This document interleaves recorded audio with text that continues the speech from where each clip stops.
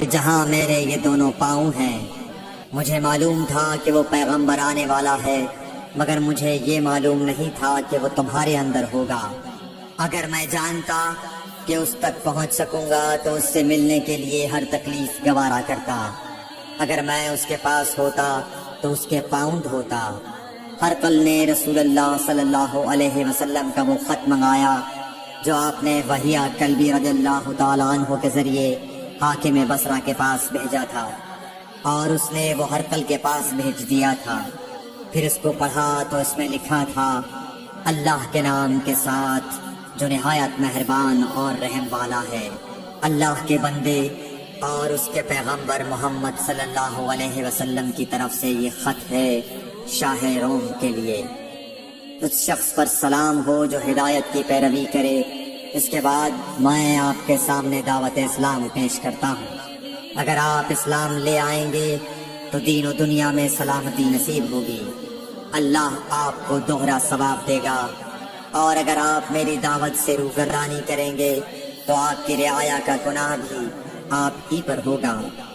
اور اے اہل کتاب، ایک ایسی بات پر آ جاؤ جو ہمارے اور تمہارے درمیان یکساں ہے، وہ یہ کہ ہم اللہ کے سوا کسی کی عبادت نہ کریں اور کسی کو اس کا شریک نہ ٹھہرائیں، اور نہ ہم میں سے کوئی کسی کو خدا کے سوا اپنا رب بنائے۔ پھر اگر وہ اہل کتاب اس کتاب سے منہ پھیر لیں تو مسلمانوں، تم ان سے کہہ دو کہ تم مانو یا نہ مانو، ہم ایک خدا کے اطاعت گزار ہیں۔ ابو سفیان کہتے ہیں، جب ہرقل نے جو کچھ کہنا تھا کہہ دیا اور خط پڑھ کر فارغ ہوا تو اس کے ارد گرد بہت شور و غوغا ہوا، بہت سی آوازیں اٹھیں اور ہمیں باہر نکال دیا گیا۔ تب میں نے اپنے ساتھیوں سے کہا کہ ابو کبشہ کے بیٹے آ حضرت صلی اللہ علیہ وسلم کا معاملہ تو بہت بڑھ گیا، دیکھو تو اس سے بنی اصفر روم کا بادشاہ بھی ڈرتا ہے۔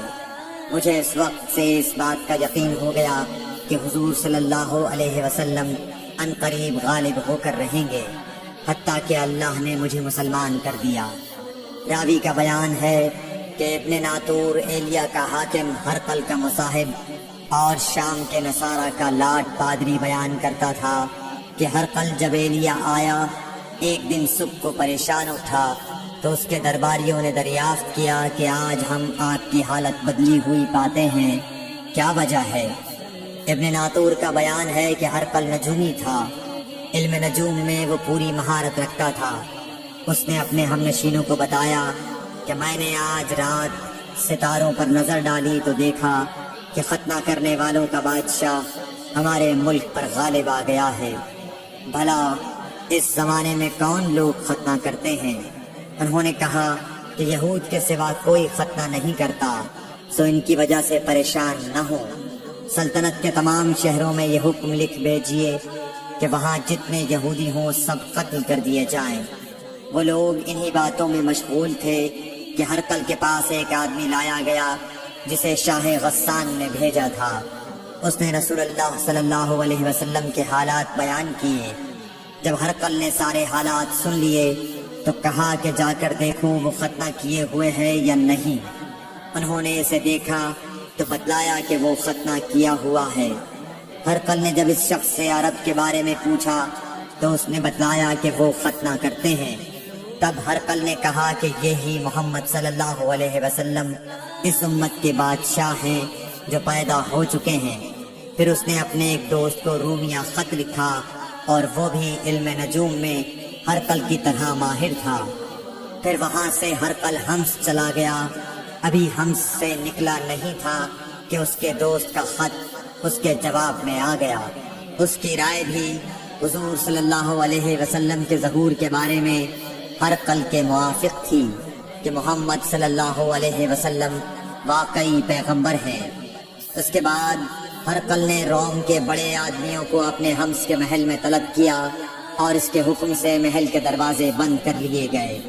پھر وہ اپنے خاص محل سے باہر آیا اور کہا، اے روم والو، کیا ہدایت اور کامیابی میں کچھ حصہ تمہارے لیے بھی ہے؟ اگر تم اپنی سلطنت کی بقا چاہتے ہو تو پھر اس نبی صلی اللہ علیہ وسلم کی بیعت کر لو اور مسلمان ہو جاؤ۔ یہ سننا تھا کہ پھر لوگ وحشی گدھوں کی طرح دروازوں کی طرف دوڑے، مگر انہیں بند پایا۔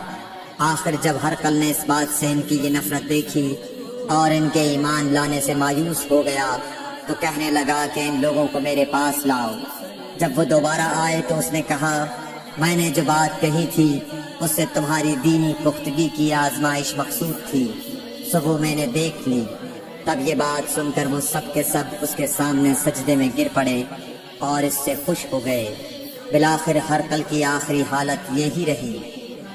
صحیح بخاری حدیث نمبر 7۔